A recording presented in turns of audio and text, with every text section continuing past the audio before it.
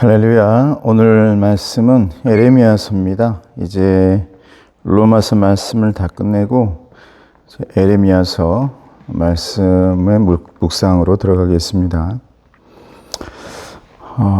에레미야서 1장 1절에서 10절까지의 말씀 묵상 제목은 말씀을 받은 자의 삶입니다. 말씀을 받은 자의 삶. 말씀 보겠습니다. 베냐민 땅 아나돗의 제사장들 중 hil기야의 아들 에레미야의 말이라.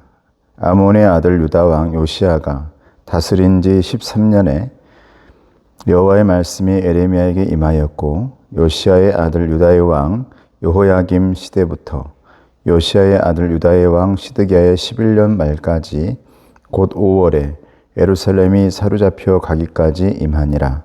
여호와의 말씀이 내게 임하니라. 이르시되 내가 너를 모태에 짓기 전에 너를 알았고, 내가 배에서 나오기 전에 너를 성별하였고, 너를 여러 나라의 선지자로 세웠노라 하시기로, 내가 이르되 슬프도소이다. 주 여호와여 보소서. 나는 아이라 말할 줄 알지 못하나이다 하니, 여호와께서 내게 이르시되 너는 아이라 말하지 말고 내가 너를 누구에게 보내든지 너는 가며 내가 내게 무엇을 명령하든지 너는 말할지니라. 너는 그들 때문에 두려워하지 말라. 내가 너와 함께하여 너를 구원하리라. 나 여호와의 말이니라 하시고, 여호와께서 그의 손을 내밀어 내 입에 대시며 여호와께 내게 이르시되 보라, 내가 내 말을 내 입에 두었노라. 보라, 내가 오늘 너를 여러 나라와 여러 왕국 위에 세워 내가 그것들을 뽑고 파괴하며 파멸하고 넘어뜨리며 건설하고 심게 하였느니라 하시니라. 아멘. 말씀을 받은 자의 삶. 그러니까 에레미야의 말씀이 시작되는데 이 1장에서는 하나님께서 에레미야, 눈물의 선지자죠, 에레미야를 왜 불렀는지 그 이유, 그리고 부르심의 목적, 이게 오늘 본문에 나와 있습니다. 그래서 말씀 제목이 말씀을 받은 자의 삶인데, 하나님의 말씀을 받은 사람, 특히 선지자들은 구약성경에 보면 항상 그들의 삶이 힘들고 어렵습니다. 왜냐하면 모두가 좋은 말 하고 싶어 하고, 모두가 기분 좋은 말 하고 싶어 하고, 또 상대방이 이 말을 했을 때 기뻐하고 행복해 할 수 있는 그런 말을 하고 싶어 하죠. 그런데 구약 성경에서 에레미야나 많은 선지자는 하나님의 말씀을 그대로 전해야 되는 말씀을 받은 자의 삶을 살아야 했기 때문에 모두가 좋아하는 말이 아닌 하나님의 말씀을 그대로, 좋은 말이든 나쁜 말이든 교훈의 말이든 책망의 말이든 복된 말이든 그 모든 말들을 그대로 전해야 했던 사람들이 바로 에레미야와 같은 선지자들이었습니다. 오늘 1절과 2절 말씀 보면 하나님께서는 에레미야를 부르십니다. 하나님의 말씀을 전하기 위해 그리고 그걸 담아주는 그릇을 먼저 부르셔야 되잖아요. 말씀을 받게 해야 되니까. 그 사람을 부르는데 어떤 사람을 부르냐. 오늘 1절과 2절 말씀 보면 베냐민 땅 아나돗의 제사장들 중 hil기야의 아들 에레미야, 이렇게 나오거든요. 하나님의 말씀이 에레미야에게 임하였고 라고 되어 있습니다. 2절에 보니까. 그 당시에 예루살렘 성전이 중심지였고 그곳이 중앙을 집권하는 제사장이 있었는데도 불구하고 하나님께서는 변두리에 있는 베냐민 땅에 아나돗의 제사장들 중 hil기야의 아들 에레미야를 부르셨다. 왜 중앙에 있는, 중심에 있는 그 위대하고 크고 훌륭한 제사장, 중앙 제사장을 놔두고 저 변두리에 있는 에레미야를 부르셨을까? 오늘날에도 이 말씀은 우리들에게 적용될 수가 있습니다. 훌륭하다, 대단하다, 위대하다 이런 말은 하나님 앞에서 우리 사람들과의 어떤 잣대와는 다르다라는 거죠. 하나님이 보실 때 훌륭하고 위대하고 정말 대단하다라는 말을 할 수 있는 사람은 크기 때문에, 중앙에 있기 때문에, 대단하기 때문이 아니라 하나님 말씀 앞에 아무리 변두리에 있어도, 아무리 적은 곳에 있어도, 아무리 숨어 살고 있어도 하나님께서는 찾아내신다라는 겁니다. 그래서 그 사람을 부르신다. 그 사람이 바로 오늘 본문에 보면 에레미야라는 사람입니다. 오늘 우리 교회에 정말 어쩌면 많은 숫자는 아니지만 하나님의 사람들이 나타내지 않고 조용조용히 신앙생활을 하고 있죠. 일부 예배, 이부 예배 이런 사정 저런 사정들을 가지고 살면서 예배하고 살고 있습니다. 그런데 여러분, 사람들은 여러분들을 찾아내지 못할 수 있어요. 야, 대단하다. 야, 정말 멋지게 예배 생활한다. 신앙생활을 한다. 잘 모를 수 있습니다. 그러나 하나님께서는 반드시 찾아내시고 알고 계신다. 그러니까 오늘도 여러분들을 부르신다라는 겁니다. 여러분들을 부르신다.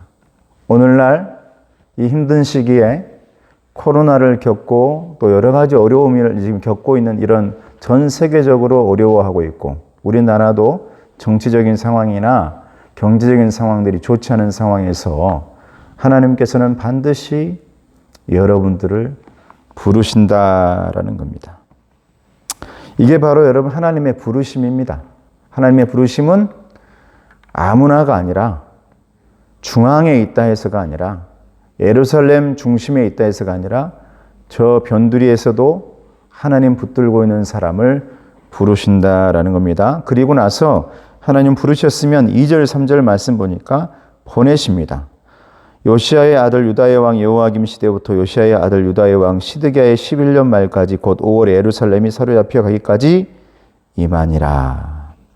하나님께서 이 말씀 보니까 3절과 4절 말씀이 에레미야서의 전체적인 내용이고 아픔을 아주 집약적으로 나라의 고통 또 공동체의 아픔과 슬픔을 이 3절, 2절과 3절 말씀에 2절과 3절 말씀에 집약되어 있죠. 2절부터 3절, 4절, 2절, 3절까지 다 집약되어 있단 말이에요. 길을 잃고 혼란에 빠져 있는 세상에 그리고 그 나라에 그 왕에게 하나님이 보내시기 위해서 변두리에 있는 말씀 붙들고 살고 있는 에레미야를 부르셨다. 그 에레미야는 눈물을 많이 흘리는 사람이다. 이 나라를 보면서 하나님을 바라보면서 눈물 흘릴 줄 아는 사람이다. 이 시대에 눈물 흘릴 줄 아는 사람 하나님께서 부르셔서 혼란한 상황 가운데 길을 잃고 헤매는 사람들에게 하나님께서 보내셨다라는 겁니다. 그리고 그들에게 말씀을 심으시고 하나님의 말씀의 씨앗들을 심어주셔서 그들에게 가서 그 씨앗을 심고 말씀을 전하라고 하나님께서 부르셨다라는 겁니다. 그래서 오늘 저와 여러분들이 살고 있는 오늘날의 이 삶도 내가 오늘 살아가고 있는 이 시간도 오늘 말씀을 전하는 사람이나 듣는 여러분이나 나나 우리 모두는 하나님으로부터 부름받고 하나님으로부터 보내심을 받아서 부름받고 보내심을 받았던 그 일들을 또 그 시간들을 살아가고 있다라는 것을 잊지 마시길 바랍니다. 이게 4절에서 5절까지입니다. 여호와의 말씀이 내게 임하니라. 이르시되 내가 너를 모태에 짓기 전에 너를 알았고 내가 배에서 나오기 전에 너를 성별하였고 너를 여러 나라의 선지자로 세웠노라 하시기로. 하나님께서 이미 저와 여러분들을 이미 부르시고 아시고 하나님이 세우셨고 보내셨다. 이 말은 무슨 말입니까?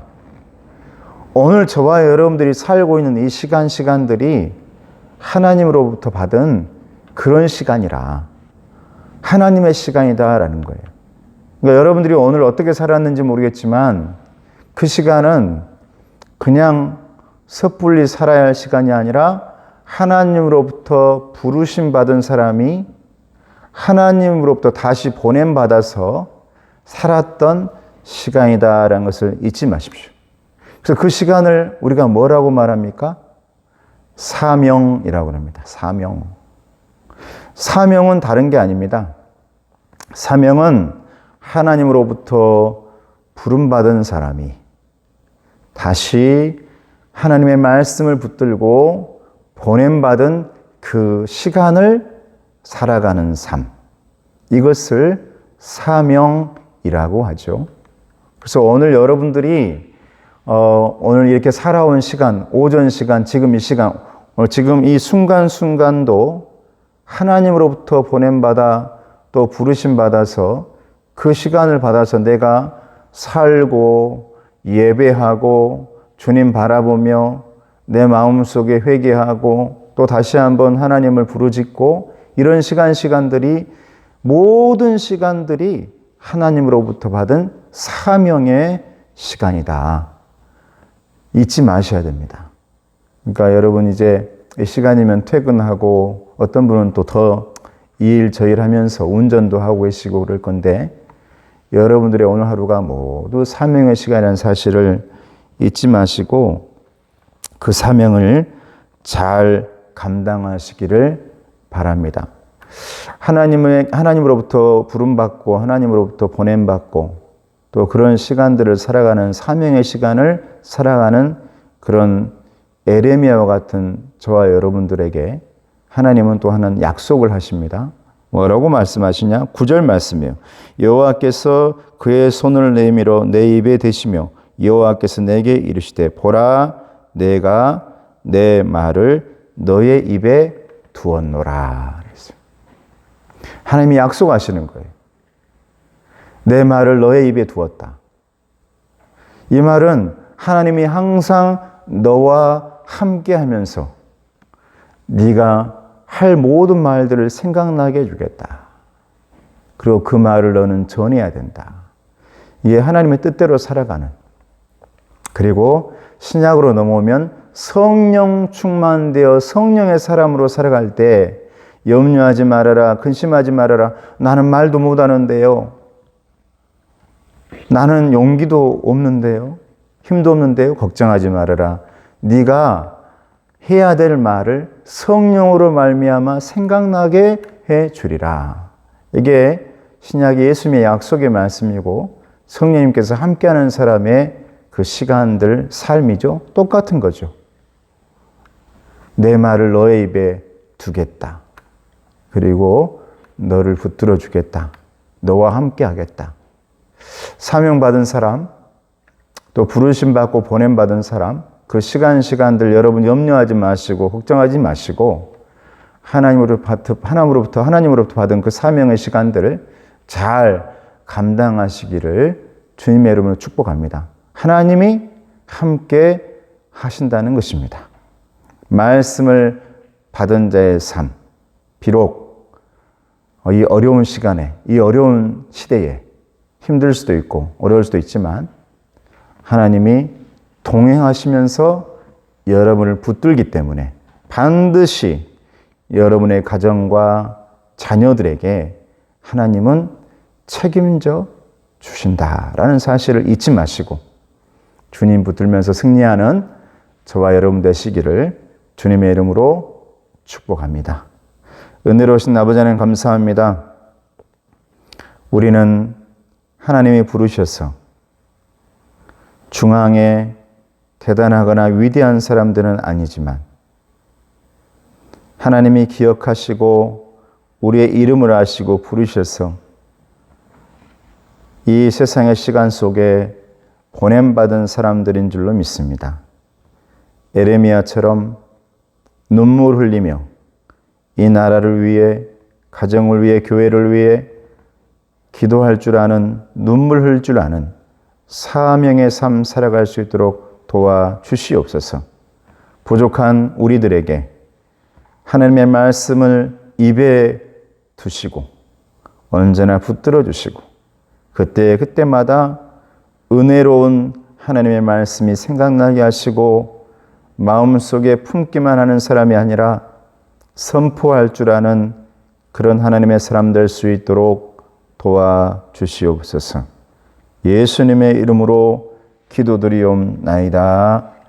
아멘. 지금은 우리 주 예수 그리스도의 은혜와 하나님 아버지의 사랑하심과 성령님의 교통하시고 인도하심이 주님 바라보면서 주님께 모든 걸 맡기며 주님으로부터 받은 그 모든 사명들을 하나님과 함께 한 걸음 한 걸음 살아가길 원하는 우리 귀한 성도들, 일꾼들, 동역자들, 그리고 함께 수고하는 모든 하나님의 사람들 위에, 그 자녀들의 잘됨 위에, 감사 위에 이제부터 영원토록 함께 하시기를 간절히 축원하옵나이다.